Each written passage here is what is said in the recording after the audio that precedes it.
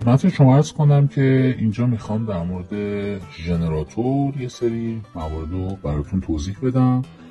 ما برای اینکه بخوایم به قرارداد هوشمند ژنراتور در اکوسیستم اترنیتی دسترسی پیدا بکنیم و بررسیش بکنیم، شما اول باید در وب تیری پالیگان اسکن وارد بشید که این در حقیقت تمام فعالیت ها و مواردی که در بلاکچین پالیگان وجود داره رو اینجا میتونید بررسی کنید و ببینید. در این بخش من آدرس قرارداد هوشمند ژنراتور رو پیست میکنم و این صفحه برای ما باز میشه. این در حقیقت کانترکت ژنراتور هست که ما الان وارد شدیم در پالیگان اسکن. در این بخش شما دارید میزان مبلغی که واریز شده در ژنراتور برای خرید اتر رو میبینید که حدود $30,000 هست. در حال حاضر موجودی این قرارداد هوشمند که البته بابت خرید و فروش هایی که انجام شده مبلغ چرخش تتری که در این قرارداد هوشمند هست به مراتب خیلی بیشتر از این $30,000 بوده، ولی الان این $30,000 مبلغ فعلیه که توی این ژنراتور وجود داره که خب همونجوری که خودتون میدونید قراردادهای هوشمند و فضای بلاکچین این آکواریوم شیشه‌ای میمونه. همه موارد، همه نقل و انتقال ها، خرید و فروش ها قابلیت رویت داره، هرچند که شما نمیدونید چه فردی اینها رو خرید و فروش کرده و فقط دارید کد، عدد، بلت و اینها رو میبینید. میزان تراکنش این ژنراتور در حال حاضری که داریم این کلیپ رو براتون ضبط میکنیم بیش از 1000 تراکنش اتفاق افتاده. یه مورد دیگه ای که اینجا وجود داره و جالبه که براتون توضیح بدم، قسمت کانترکت که تیک سبز داره رو اگر شما بزنید این بخش براتون باز میشه. توی این بخش خدمت شما عرض کنم مواردی که خیلی مهم هست، یکیش اینه که این قرارداد هوشمند کاملا اوپن ریده، یعنی همه افراد میتونن به کد و برنامه نویسی که برای این ژنراتور وجود داشته دسترسی پیدا کنن به تمام بخش هایی که وجود داره و این اکوسیستم داره استفاده میکنه از اون. مورد بعدی که وجود داره بحث گرفتن تیک سبز از نظر اینکه وریفای شده این کد نویسی استانداردهای خودش رو کاملا داره به اسم ژنراتور. و یه موردی که خیلی جالبه و باید بهش توجه کنید این قسمته که در حقیقت 1,000,000 بار ران شده این قرارداد هوشمند، تاییدیه‌اش هم که گرفته، یعنی حالا اینجا واژه یس میبینید، یعنی تایید شده که این 1,000,000 بار در بلاکچین پالیگان ران شده و با ورژن EVM.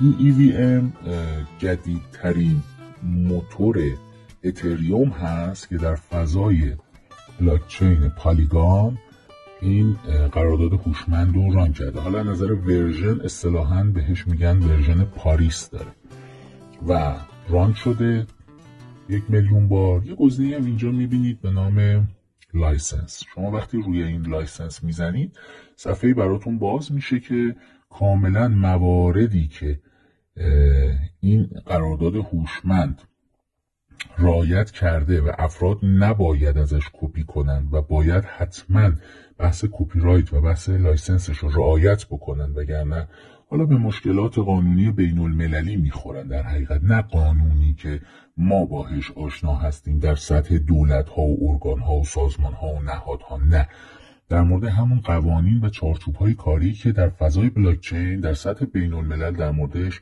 توافق شده.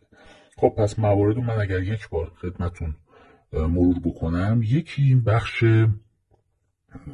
این ذخیره تتری هستش که اینجا واریز میشه، هیچ ولتی وجود نداره، هیچ ولت مادری وجود نداره، تمام پول ها مستقیما در خود قرارداد هوشمند هولد میشن، قفل میشن، بلاک میشن و فقط با پرداخت اترهایی که وجود داره شما میتونید این مبالغ رو بیرون بیارید. هیچ دسترسی وجود نداره، یعنی خالقین این سیستم هم به این دسترسی ندارن. مورد بعدی که توی بخش کانترکت براتون توضیح دادم، بخش اولی بودش که حالا استاندارد برنامه نویسی و کد نویسی رو داره و وریفای شده به اسم ژنراتور که حالا شما اینجا میبینید. یه قسمتی هم اینجا بود براتون توضیح دادم که حالا میزان ران شدنش هست و حالا اون ورژن جدید موتور اتریوم که تونسته اسکن بکنه تمام این پروسه و بخش اوپن رید بودن این برنامه که کاملا برای افراد دسترسی وجود داره. حالا اینجا توی قسمت کانترکت بخش اولش این بود که براتون توضیح دادم به اسم کد. یه قسمت رید کانترکت داره که شما میتونید تمام این قرارداد هوشمند رو نسبت به این بخش هایی که وجود داره ببینید، نظارت کنید، تحلیل کنید، دیتا بگیرید و بررسی کنید. که خب همونجوری که میبینید 23 مورد وجود داره که شما میتونید کانترکت رو اصطلاحاً بخونید یا ازش دیتا بگیرید. یه بخش دیگه وجود داره به نام رایت کانترکت. توی قسمت رایت کانترکت شما مواردی که میتونید با این کانترکت کار بکنید که 14 مورده. یعنی این قسمتی که خدمتتون عرض کردم که تمام خالقین این اکوسیستم در دنیا به این برنامه و قرارداد هوشمند دسترسی ندارن. اگر شما بخواید بررسی بکنید، حالا فرد فنی یا حرفه‌ای که توی این حوزه فعالیت کرده و علم بروز و دقیق رو داره، نه صرفاً ادعای این فضا رو داره، نه اطلاعات دقیق و بروز داره و قطعاً باید بتونه این کدها رو هم موازی با اون حالا قسمت رایت کانترکت بتونه سالیتیتی رو بخونه و این اطلاعات کامل رو داشته باشه. بخشی که باید بررسی بکنه بخش رایت کانترکته که تمام مواردی که حالا شما میخواید بخرید، بفروشید، دیتا بگیرید و اینها یا فرمانهایی که در حقیقت این قرارداد هوشمند میپذیره از کاربرهایی که دارن باش کار میکنن توی این بخش رایت کانترکته که اینم برای اینکه بتونن افراد اطمینان پیدا بکنن که به این قرارداد هوشمند خالقینش دسترسی ندارن، باید بدن یه آدم برنامه نویس این موارد رو چک بکنه. ممنونم، روز خوبی داشته باشید. خدا نگهدار.